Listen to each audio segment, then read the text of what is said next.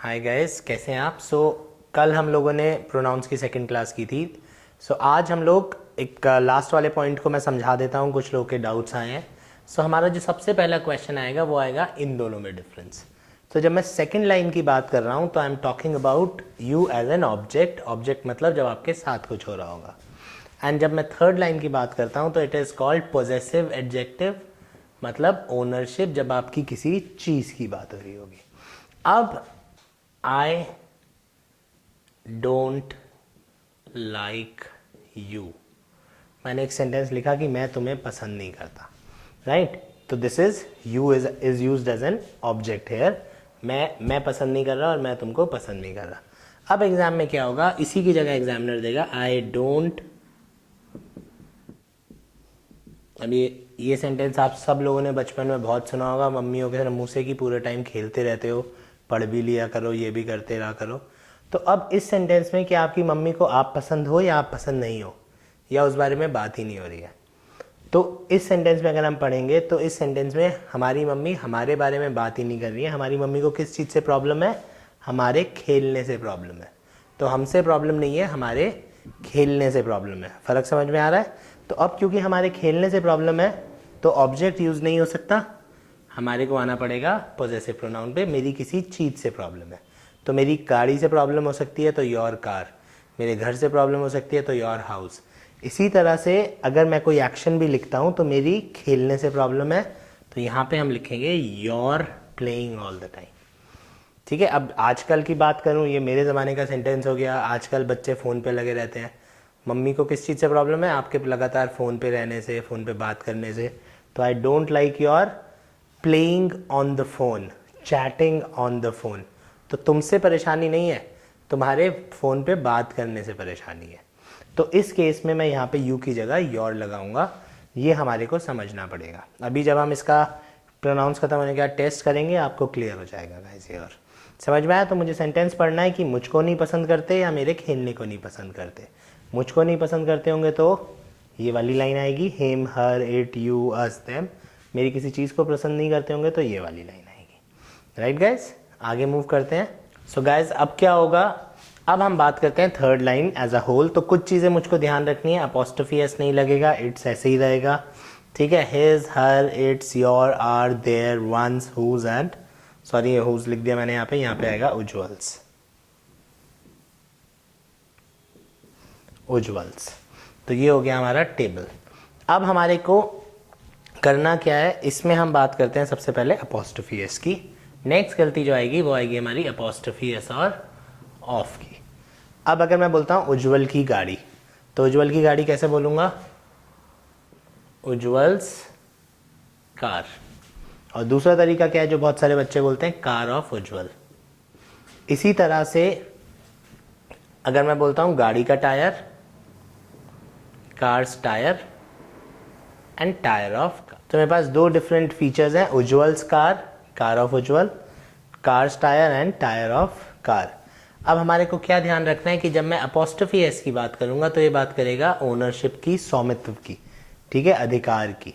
और अगर मैं ऑफ की बात करूंगा तो ये बात करेगा किसी के हिस्से की।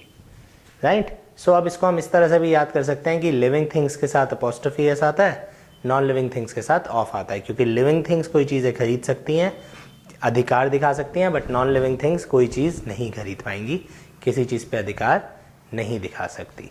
तो इसीलिए अगर मेरे को इन दोनों में से एक पिक करने को आएगा तो कार ऑफ उज्ज्वल गलत हो जाएगा, उज्ज्वल्स कार ठीक हो जाएगा।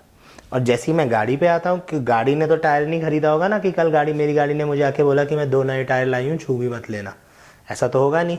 तो जो टायर है वो गाड़ी का क्या है, हिस्सा है। गाड़ी का अधिकार नहीं है उन पे, वो गाड़ी का हिस्सा है। इसलिए कार्स टायर गलत हो जाएगा, टायर ऑफ कार सही हो जाएगा। सो अपोस्ट्रोफी एस यूज होगा जब मैं किसी चीज़ के अधिकार की बात करूंगा, और ऑफ यूज होगा जब मैं किसी चीज़ के हिस्से की बात करूंगा। राइट। तो अब इसमें नेक्स्ट पॉइंट क्या आता है कि मैं नॉन लिविंग थिंग्स के साथ अपोस्ट्रोफी एस कब लगाता हूं। राइट। सो एक टर्म होती है गाइस पर्सोनिफिकेशन। पर्सोनिफिकेशन का मतलब होता है हिंदी में मानवीकरण। तो जब मैं किसी भी चीज़ को आदमी बना देता हूं, अगर मैंने आदमी बना दिया तो उसको ओनरशिप मिल सकती है, वो मानवीकरण कर सकता है। तो that is called personification. For example, मैं लिख देता हूं, अब ये बहुत आता है, सन्स फ्यूरी, सन्स एंगर। तो फ्यूरी का क्या मतलब होता है? गुस्सा। तो सन्स फ्यूरी और सन्स एंगर जब मैं बोल रहा हूं तो आप खुद बताइए गुस्सा किसे आता है? चीज़ों को आता है कि लोगों को आता है? राइट तो गुस्सा किसे आता है? लोगों को आता है, मुझे आता है, आप लोगों को आता है। तो यहाँ पे मैंने सूरज को क्या बना दिया? मैंने सूरज का कर दिया पर्सोनिफिकेशन और मानवीकरण।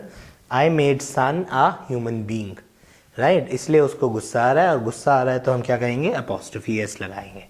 जैसे आजकल लोग, बहुत सारे लोग बोल रहे हैं कि नेचर का बदला लेने का तरीका है कोरोना वायरस, तो नेचर्स रिवेंज। तो क्योंकि बदला भी कोई नॉन लिविंग थिंग नहीं लेगी, लिविंग थिंग लेगा, तो इसलिए नेचर्स रिवेंज बोला, तो मैंने नेचर का पर्सोनिफिकेशन कर दिया, इसलिए मैंने अपॉस्ट्रोफी एस लगा दिया, राइट। तो that is about apostrophe S. Ujjwal's car, car of Ujjwal, cars tyre, tyre of car. Personification में सन्स फ्यूरी, सन्स एंगर हो सकता है। आगे मूव करते हैं। सो नेक्स्ट पॉइंट है गाइस, फ्रेंड, फ्रेंड्स और फ्रेंड्स। अब पहले दो तो बहुत आसान है, एक दोस्त और बहुत सारे दोस्त। तीसरे वाले में क्योंकि मैंने अपॉस्ट्रोफी एस लगा दिया तो मैं बात कर रहा हूँ किसी दोस्त की कोई चीज़ की ओनरशिप की, राइट। तो ये दोनों तो सब्जेक्ट या ऑब्जेक्ट हो गए, whereas this becomes ownership। तो अगर मैं बोलता हूँ फ्रेंड्स फ्लैट, तो दोस्त का फ्लैट। अब गलती कहाँ पे आएगी? गलती आएगी यहाँ पे। तो सबसे पहले तो अब मैंने एस के बाद अपॉस्ट्रोफी लगाया या एस से पहले अपॉस्ट्रोफी लगाया? पॉइंट क्या है, अगर मैं एस के बाद अपॉस्ट्रोफी लगा रहा हूँ तो ये बात कर रहा है एक से ज़्यादा दोस्त की, 2, 3, 4, 2 या 2 से ज़्यादा, और ये बात कर रहा है एक दोस्त की। तो pronunciation wise, if you guys are planning to take up spoken English as well, this is pronounced as friends. Friends flat and friends flat. तो फ्रेंड्स हो गया बहुत सारे दोस्तों का फ्लैट, और फ्रेंड्स फ्लैट हो गया एक दोस्त का फ्लैट। तो अब एक क्वेश्चन आता है, जैसे I live in a boys hostel. तो अब क्या सेंटेंस ठीक है कि गलत है? I leave you with it for a moment. अब आप लोगों ने डिसाइड कर लिया होगा। तो अपॉस्ट्रोफी एस बॉय के बाद आया, इसका मतलब एक लड़के का हॉस्टल। तो आप उस हॉस्टल में रहते हैं जो किसी लड़के ने खोला हुआ है, तो बिल्कुल गलत है। आप लड़कों के हॉस्टल में रहते हैं, लड़कों के हॉस्टल में रहते हैं, तो ये एस जो है ये कहाँ आना चाहिए? अब ये सेंटेंस ठीक हो गया। I live in a boys hostel, I can not live in a boys hostel. इसके बाद नेक्स्ट क्वेश्चन अपॉस्ट्रोफी एस का जो आएगा, ये हमें ध्यान रखना पड़ेगा।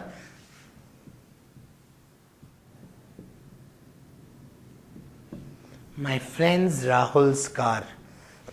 अब जैसे ही मैं बोलता हूँ माई फ्रेंड्स राहुल्स कार, सबसे पहली चीज़ हमें क्या करनी है कि दो अपॉस्ट्रोफी हैं, एक बार भी अपॉस्ट्रोफी आता है तो अपॉस्ट्रोफी का मीनिंग हमेशा क्या होगा? ओनरशिप या अधिकार। अब यहाँ पे दो अपॉस्ट्रोफी एस लगे हुए हैं, तो दो अपॉस्ट्रोफी एस लगे हुए हैं, तो क्या इस दोस्त का राहुल पे अधिकार है? अगर है तो ठीक है, नहीं है तो गलत है। क्या राहुल का अपनी गाड़ी पे अधिकार है तो ठीक है, नहीं तो गलत है। तो अब अगर मैं बोलता हूँ माई फ्रेंड्स राहुल कार, तो यहाँ पे ये वाला अपॉस्ट्रोफी एस गलत है, क्योंकि आप बोल रहे हो मेरे दोस्त राहुल की गाड़ी। दोस्त का राहुल, राहुल की गाड़ी, ऐसा तो नहीं बोल रहे हो ना कि मेरे दोस्त का राहुल और राहुल की गाड़ी। तो इसलिए अपॉस्ट्रोफी एस गलत है, बिकॉज ये वाला अपॉस्ट्रोफी एस जो है ये ओनरशिप ही नहीं शो कर रहा। अब जब ये ओनरशिप ही नहीं शो कर रहा तो अपॉस्ट्रोफी एस यहाँ पे आ ही नहीं सकता, राइट गाइज। इसके अलावा दूसरा क्या होता है?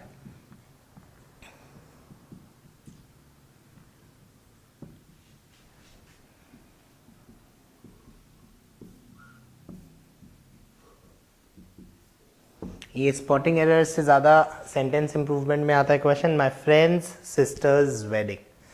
अब अगर हम दो अपॉस्ट्रोफी एस लिख रहे हैं तो आपके दोस्त की बहन ओनरशिप हो गई, बिल्कुल ठीक है। बहन की शादी ओनरशिप हो गई, बिल्कुल ठीक है। तो logically, grammatically this is fine. Spoken English में हम ऐसा बोल भी लेंगे तो हमारा काम चल जाएगा, लेकिन ग्रामर में मुझे क्या करना है? मुझे दो अपॉस्ट्रोफी एस अवॉइड करने हैं, ठीक है। तो अब मैं दो अपॉस्ट्रोफी एस कैसे अवॉइड करता हूँ? मैं एक ऑफ लगा देता हूँ। तो इसको सेंटेंस को बेटर तरीका क्या है बनाने का? अब हम दो अपॉस्ट्रोफी एस कोशिश करेंगे ना लिखें, तो हम क्या लिखेंगे?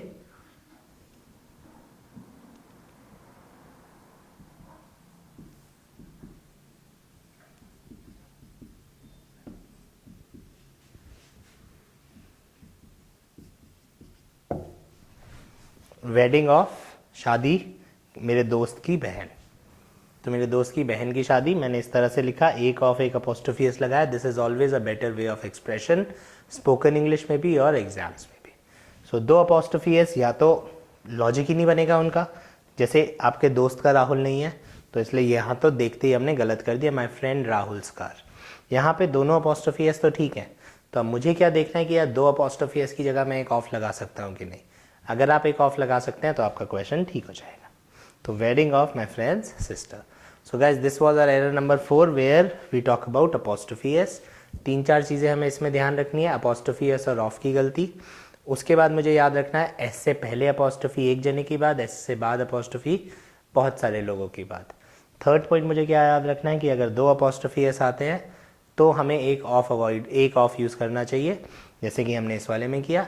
एंड चौथा, वो अपोस्ट्रोफी एस लगाएगा तो हमेशा उसका मतलब होगा ओनरशिप, मतलब आपकी कोई चीज़। अगर वो आपकी चीज़ की बात नहीं कर रहा है, जैसे यहाँ दोस्त का राहुल तो है नहीं, तो वो अपोस्ट्रोफी एस तो वैसे ही गलत होगा। Right guys, I hope you understood this. Let's move ahead. Guys अब हम बात कर रहे हैं difference between my and mine की। दोनों ओनरशिप शो करते हैं। अब पार्ट्स ऑफ स्पीच का क्वेश्चन आता है सबसे पहले। अगर आपके पेपर्स में पार्ट्स ऑफ स्पीच आता है कि पार्ट्स ऑफ स्पीच क्या होता है, एक शब्द अंडरलाइंड होता है, हमें बताना होता है वो नाउन है, प्रोनाउन है, क्या है। तो माई और माइन बहुत इंपॉर्टेंट क्वेश्चन है पार्ट्स ऑफ स्पीच के लिए। सो माई को आप लिखेंगे एडजेक्टिव। तो माई टेक्निकली प्रोनाउन नहीं है, माई क्या है, पोजेसिव एडजेक्टिव। राइट, ऐसा क्यों होता है, क्योंकि माई के साथ कोई नाउन आना जरूरी है। माई कार, ऐसे ही तो बोलते हैं ना, इट इज़ माई तो नहीं बोलते थे ना, इट इज़ माई कार बोलते हैं, इट इज़ माई क्लास बोलते हैं। तो क्योंकि ये नाउन है,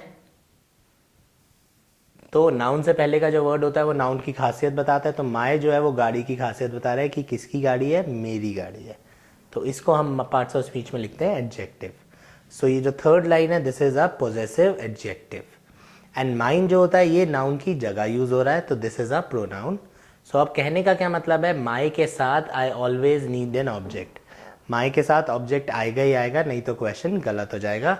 जैसे my car, my house and so on. And mine के साथ कभी भी ऑब्जेक्ट नहीं आएगा। माइन हमेशा अकेले यूज होता है। जब मैं माइन बोलता हूँ तो मैं इस पूरी लाइन की बात कर रहा हूँ। तो माइन हमेशा अलग यूज होगा और माई के साथ हमेशा ऑब्जेक्ट आएगा ही आएगा, नाउन आएगा ही आएगा। तो this is my house and this house is mine. तो ये मेरा घर है और ये घर मेरा है। तो ये घर मेरा है, माइन, माइन के बाद कोई वो नहीं आया और माई के बाद एकदम से आ गया। So this is my house and this house is mine. अब इसी में बॉयज आगे बात करते हैं क्वेश्चन आएगा कैसे। फिल इन द ब्लैंक्स का अगर हम क्वेश्चन बना, या इसका एक सेंटेंस और लिख देता हूँ, mine is a big house, my house is big. ठीक है, तो mine is a big house and my house is big. This is my house and this house is mine. तो माइन के साथ, हर्स के साथ, योर्स के साथ कभी भी नाउन नहीं आएगा और इसके साथ हमेशा आएगा। अगर मैं क्वेश्चन की बात करता हूं, अगर यहाँ पे सेंटेंस में एग्जामिनर देता है his house is better than you, तो कल की क्लास में मैंने आप लोगों को क्या बताया था कि कंपैरिजन सेम चीज़ों में होगा। नाउन का कंपैरिजन नाउन से होगा, तो यहाँ पे उसके घर का कंपैरिजन उससे हो गया, गलत हो गया। उसका घर तुमसे बड़ा है, तुमसे बेहतर है, तुमसे बेहतर थोड़ा ना होगा, तुम्हारे घर से बेहतर होगा। तो ये तो एकदम से गलत हो गया क्योंकि उसने बोल दिया उसका घर तुमसे बेहतर है। Right guys. इसके बाद अगर मैं बोलता हूँ हिज हाउस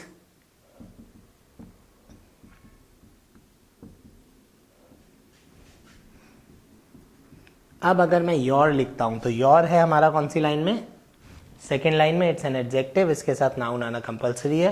तो his house is better than your house, तो योर के साथ नाउन जरूर आएगा। And his house is better than yours, yours के साथ नहीं आएगा। तो इन दोनों सेंटेंसेस का मतलब सेम है, तुम्हारे घर से बड़ा है और तुम्हारे घर से बड़ा है या बेहतर है। ये वाला सेंटेंस गलत हो गया। सो guys this was the difference between line 3 and line 4।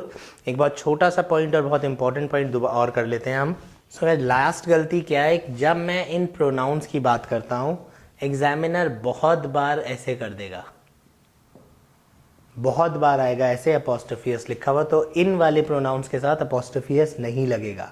Apostrophe S केवल नाउन्स के साथ लगेगा, प्रोनाउंस के साथ अपॉस्ट्रोफी एस फॉर पोजेशन नहीं लगता। ठीक है, so yours is without apostrophe, ours is without apostrophe. अगर आप अपॉस्ट्रोफी लगा रहे हैं तो वो बिल्कुल गलत है, क्योंकि अपॉस्ट्रोफी प्रोनाउंस के साथ नहीं नाउन्स के साथ लगता है। हाँ, अगर हम प्रोनाउंस के साथ अपॉस्ट्रोफी लगाना चाहते हैं तो हमारा वो फर्स्ट लिस्ट में आ सकता है, और उस अपॉस्ट्रोफी का मतलब होता है इज। तो अगर एग्जामिनर हीज लिख रहा है तो ये ठीक हो सकता है, क्योंकि इसका मीनिंग हो जाएगा ही इज। ठीक है, लेकिन अगर एग्जामिनर ऐसे हर्स लिख रहा है तो ये बिल्कुल गलत है, क्योंकि हर इज तो कोई मीनिंग हो ही नहीं सकता, शी इज होगा। तो अगर अपॉस्ट्रोफी एस लगेगा भी तो हमारी पहली वाली लाइन में लगेगा, जो हमने पिछले वीडियो में आपको ढंग से समझा दिया है 2 वीडियोस में, उस वाली लाइन में आप अपॉस्ट्रोफी एस लगा सकते हैं। इसी तरह से इट्स बहुत इंपॉर्टेंट हो जाता है, बहुत रिपीट होता है। It's without apostrophe S means pronoun, इसका मतलब जाएगा उसकी कोई चीज, and it's with apostrophe S means it is. ठीक है, तो प्रोनाउंस में अपॉस्ट्रोफी एस कभी भी लगेगा तो वो इज का काम करेगा, वो पोजेशन का काम नहीं करेगा। नेक्स्ट पॉइंट जो एक आध गलती हमें ध्यान रखनी है, स्पेलिंग की गलती ध्यान रखनी है। देयर, THEIR देयर जो होता है ये होता है लोगों के लिए, उनका, उनका कोई सामान, राइट, देयर हाउस। और THERE देयर जो होता है ये बताता है लोकेशन, वहां, या फिर ये बताता है एग्जिस्टेंस। तो या तो ये बताता है लोकेशन या ये बताता है existence. So guys, this was our third class of pronouns. अभी हम लोगों ने 4 काइंड्स ऑफ प्रोनाउंस की बात कर ली है टेबल में से। कल हम लोग रिफ्लेक्सिव प्रोनाउंस को खत्म करेंगे। बहुत इंपॉर्टेंट, बहुत इंटरेस्टिंग पार्ट है रिफ्लेक्सिव प्रोनाउंस। उसके बाद प्रोनाउंस की बाकी गलतियां करेंगे। Thank you guys. Thanks for watching the video. If you found this video helpful, press the like button, subscribe to our channel and ring that bell icon so that you can get notified every time we upload a new lesson.